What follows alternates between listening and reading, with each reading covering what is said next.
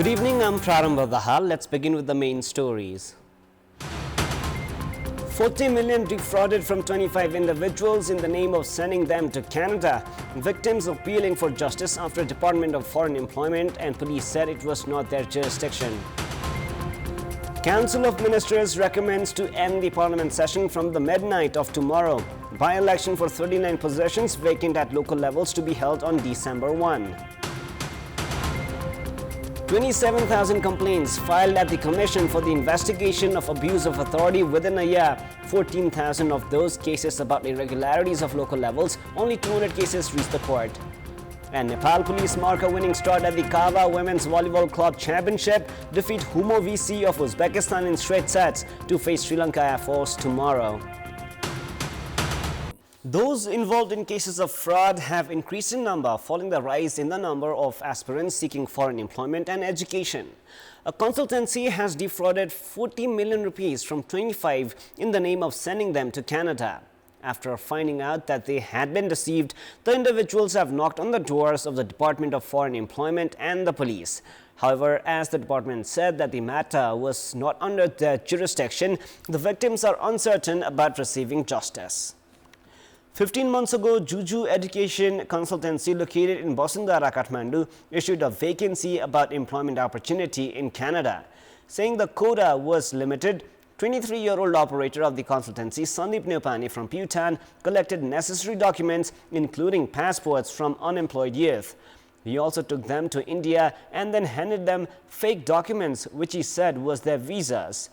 The individuals were called for orientation on the 12th of September before leaving for Canada, but Neupani went out of contact, after which the youth found out about their visas being fake.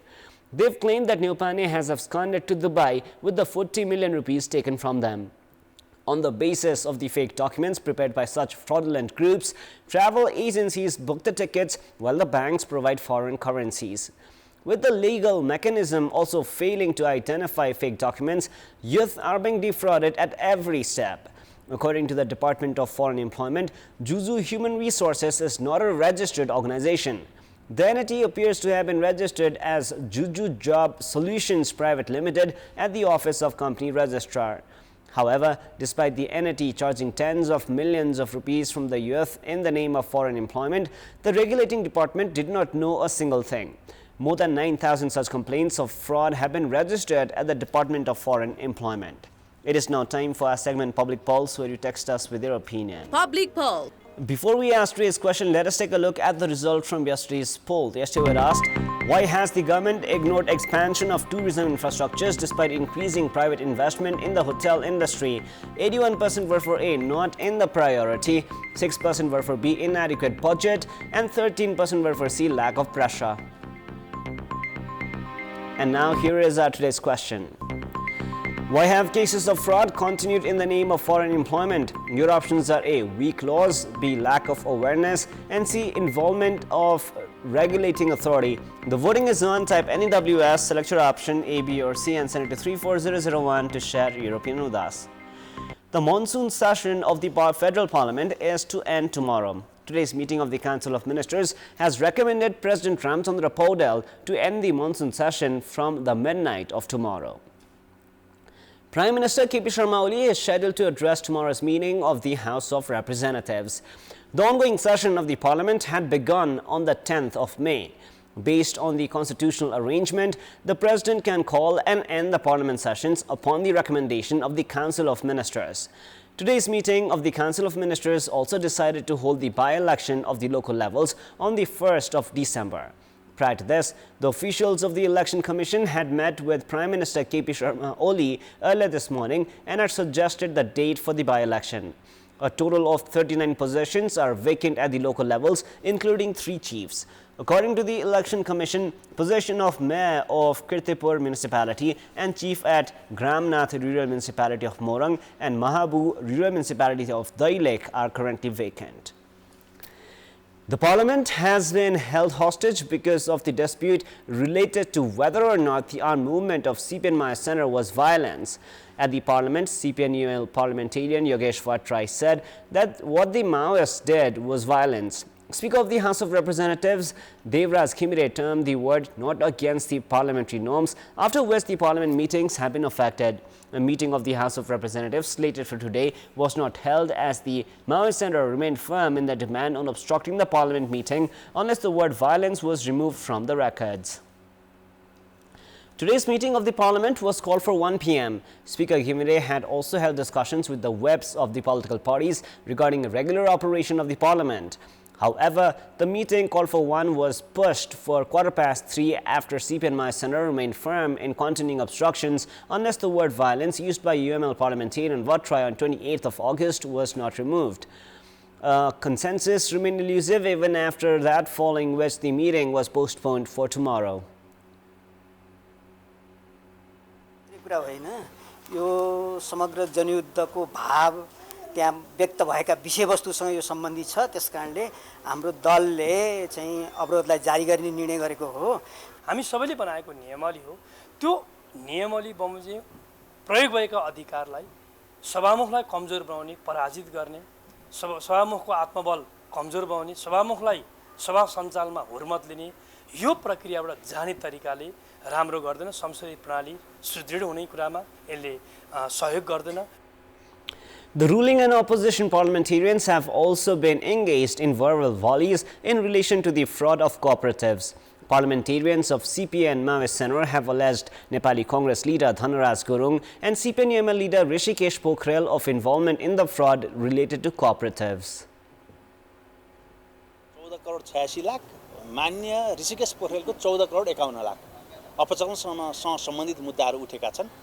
पर्याप्त प्रारम्भिक अनुसन्धान प्रक्रियामा छ, प्रमाणहरू पनि जुटिरहेका छन्। त्यसकारण कमजोरी गर्नुभएको रहेछ उहाँहरूले भने दण्डित हुनुहुन्छ, कमजोरी गर्नुभएको छैन भने सफाई पाउनुहुन्छ। हामी निष्कर्षमा पुगेका छैनौँ, तर प्रारम्भिक अनुसन्धानले के देखाउँछ, उहाँहरूको सहकारी ठगी प्रकरणमा कहीँ न कहीँ समानता छ भन्ने कुरा चाहिँ देखाउँछ।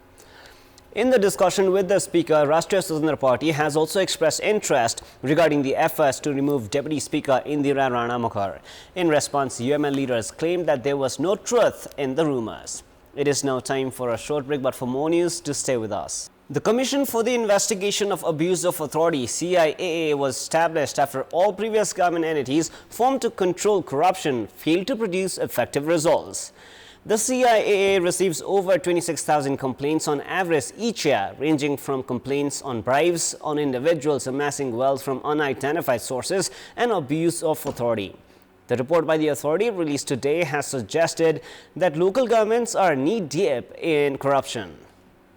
The local governments are the direct authorities that the general public of all 753 local levels go to. However, these very local governments have been a playground for corruption in recent years. In the Nepalese fiscal year 2080-81, the Commission for the Investigation of Abuse of Authority received 26,981 complaints, of which the highest 14,000 are concerned with local levels. Local governments have also been linked with majority of the 5,007 complaints related to education sector. The CIA has said it has been difficult to conduct investigation in majority of the 2,500 cases filed against individuals who have amassed wealth illegally. In the previous year, the authority received complaints against 1,545 individuals, of whom 106 are local representatives. Despite the high number of complaints of corruption, the authority says its resources are inadequate to investigate the cases.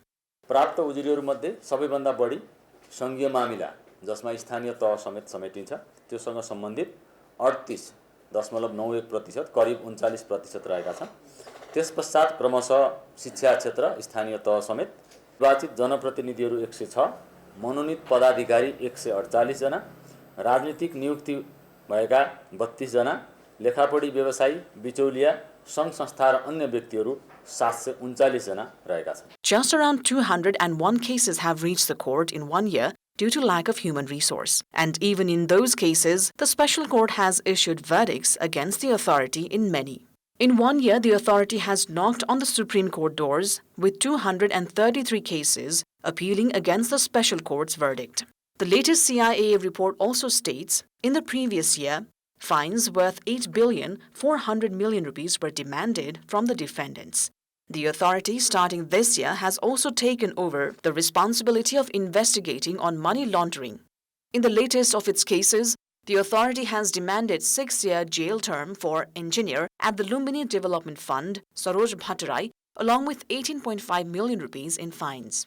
आयोगले पनि आफूले चाहिँ लिएको दाबी बिगो मागदाबी कसुरको दाबी ठहर नभएको अवस्थामा आयोगले त्यसमा पुनर्विचार गर्न सक्छ आयोगले विचार गर्न सक्छ त्यसमा र चित्त नबुझेमा विशेष सर्वोच्च अदालतमा पुनरावेदन गर्ने प्रक्रिया हो आयोगले गर्ने सम्पत्ति शुद्धिकरण सम्बन्धी अनुसन्धान भ्रष्टाचारजन्य कसुरलाई प्रेडिकेट अफेन्स मानेर हुने हो भने अब अरू पनि सम्पत्ति शुद्धिकरणका अरू पनि आर्जनका उपायहरू भएर शुद्धिकरण भएको हुन सक्छ त्यसमा आयोग जाँदैन आयोगले सार्वजनिक पद धारण गरेको व्यक्तिले गैरकानुनी सम्पत्ति आर्जन गरेर त्यसलाई शुद्धिकरण गरेको अवस्था देखियो भनेदेखि गैरकानुनी सम्पत्ति आर्जनको या त अरू भ्रष्टाचार गैरकानुनी लाभान्वीबाट पनि हामी प्रेडिकेट अफेन्स मानेर जान सक्ने भयौं Preparations are underway at the moment to revise the CIAA Act. Experts say the entity will only be effective as required if the new law strengthens the institution.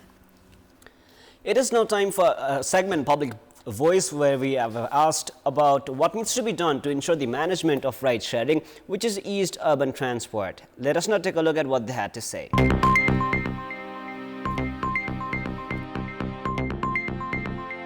मापदण्ड बनाइदिने दर रेट निर्धारण गरिदिने त्यो अनुसार गर्यो भने समस्या परेको मान्छेलाई सहज यातायातमा पुग्न सहज होला जस्तो लाग्छ एउटै ठाउँमा पुग्ने साधनलाई र एकै प्रकारको साधन उस्तै खालको साधनको चाहिँ सबै कम्पनीका लागि एउटै भाडा दर तोक्नुपर्छ यसलाई पनि एउटा नियमन गर्न चाहिँ सरकारले एउटा नीति नियम राम्रो बनायो भने अझ राम्रो हुन्छ गाडीको नम्बरहरू चाहिँ अलिकति कम छ त्यसको लागि चाहिँ अलिकति एड गर्नुपर्छ जसले गर्दा चाहिँ कस्टमरहरूलाई कतै गएर पनि कुर्न नपरोस् बजारमा मात्र केन्द्रित भएर बसिरहेछ यसलाई गाउँ शहरमा अनि अलि विकट ठाउँमा पनि पुर्याउन सके सेवाग्राहीले थप सुविधा लिन सक्छ लेडिज भन्ने बित्तिकै आउने हैन उ गर्ने पुरुषलाई चाहिँ आउँदै नआउने जस्तो छ हैन त्यही भएर चाहिँ अफलाइन भन्दा चाहिँ अनलाइन नै बुक गर्यो भने अझै व्यवस्थित होला पेट्रोल गाडीको रेटहरू इभी भेहिकलहरूको रेटहरू पनि भिन्न भिन्न भएको कारणले गर्दा सबैजना चाहिँ समन्वय गरेर सँगै अगाडि बढ्नु भयो भने इभी गाडीहरूले चाहिँ टाढा टाढाको अनि नजिकको पनि राइडहरू एक्सेप्ट गरिराख्दा फेरि हाम्रो फ्युलवाला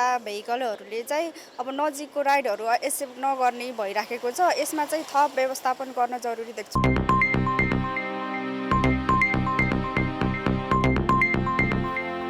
Well, more news coming up, but right now it is time for yet another short break. Sports news. Nepal Police Club have marked a winning start at the Kawa Women's Volleyball Club Championship. In their first match of the tournament, played in Malé of the Maldives today, Nepal Police Club secured a straight-set win over Humo VC of Uzbekistan. Police were dominant against Humo since the initial phase of the match and won the first set 25-19. The departmental team failed to begin well in the second set and were behind at 10-12.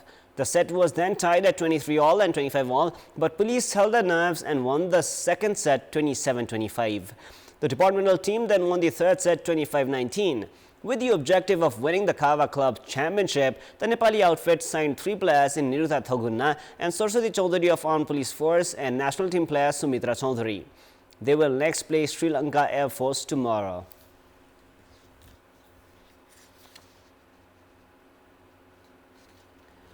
Armed Police Force Football Club have thrashed Karnali Province 6-0 to climb atop the ANFA Women's League standings. In the match played at the ANFA complex in Saddobato, APF were leading 3-0 inside 25 minutes of the first half. Nisha Thokar put APF ahead in the 4th minute. Roshmi Gishing doubled their lead 7 minutes later, while she marked her brace in the 25th minute. The departmental team then scored 3 more goals in the second half. Geeta Rana Mogar converted a penalty in the 53rd minute. Hima Rawat found the back of the net in the 77th minute, while an own goal from Barsha Oli helped APF seal the 6-0 win. Team APF are unbeaten at the league and have 13 points from 5 matches. Nepal Police Club are second with 11 points from 5 matches, while 9th placed Karnali remain without a win and have a single point from 5 matches as well.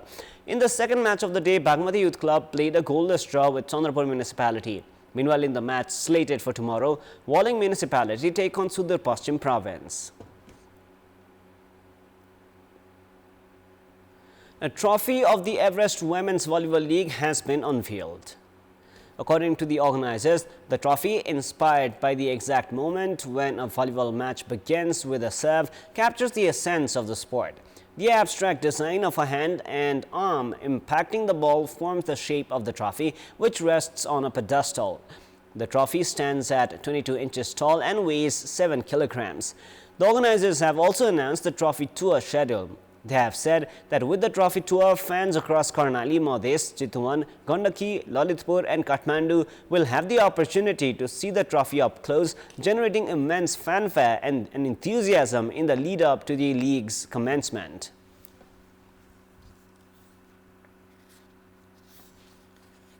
The Nepal men's national cricket team are to play hosts Canada in their ICC World Cup League 2 match slated for tomorrow. Team Nepal are to play their first one-day international match since their 8-wicket defeat against the Netherlands in the last week of February. The triangular series also involving Oman and Canada is very important for Nepal, who are returning to the long format of white ball cricket after a hiatus of 7 months. Team Nepal displayed poor performances at home in the first series of the League 2 and do not have the freedom of repeating their mistakes. After the Canada tour, the team led by Rohit Paudel will leave for the US tour for the League 2 series involving Scotland and the United States of America. Having prepared in India and Sri Lanka, driven by the performances against South Africa and Bangladesh at the T20 World Cup and high morale, Nepal men's national cricket team are in their Canada tour with the objective of producing 100% result. Team Nepal are playing a double round-robin format triangular series against Oman and the hosts Canada. Team Nepal are playing their first two-day match since the 8-wicket thrashing against the Netherlands in the last week in the month of February. The series is very important for Nepal. Having lost 3 among the 4 matches in the home series, Team Nepal do not have the freedom of repeating such poor results. Without any international match after the T20 World Cup, Team Nepal had trained for 2 weeks at the National Cricket Academy in Bengaluru, India. They had then reached Sri Lanka for additional preparation, where they were to play 3 practice matches with the Sri Lanka development team. However, first 2 matches were washed by rain, while Nepal lost the 3rd match. Coach Monty Desai has said that Team Nepal have prepared well and expressed belief of producing favourable results. Nepal and Canada have played 3 ODI matches so far, where Nepal have won all 3 of them. The Rhinos will be aiming to give continuity to that record. Team Nepal play Canada in their first match tomorrow, second match against Oman on the 18th of September, third match against Canada again on 22nd of September and Oman again on the 26th of September. 2 days after the completion of the ODI series, the 3 teams will play a triangular T20 international series. Team Nepal will then leave for the United States of America. That is all for the moment. Up next is the news in Nepali. Thank you for staying with us. Goodbye for now.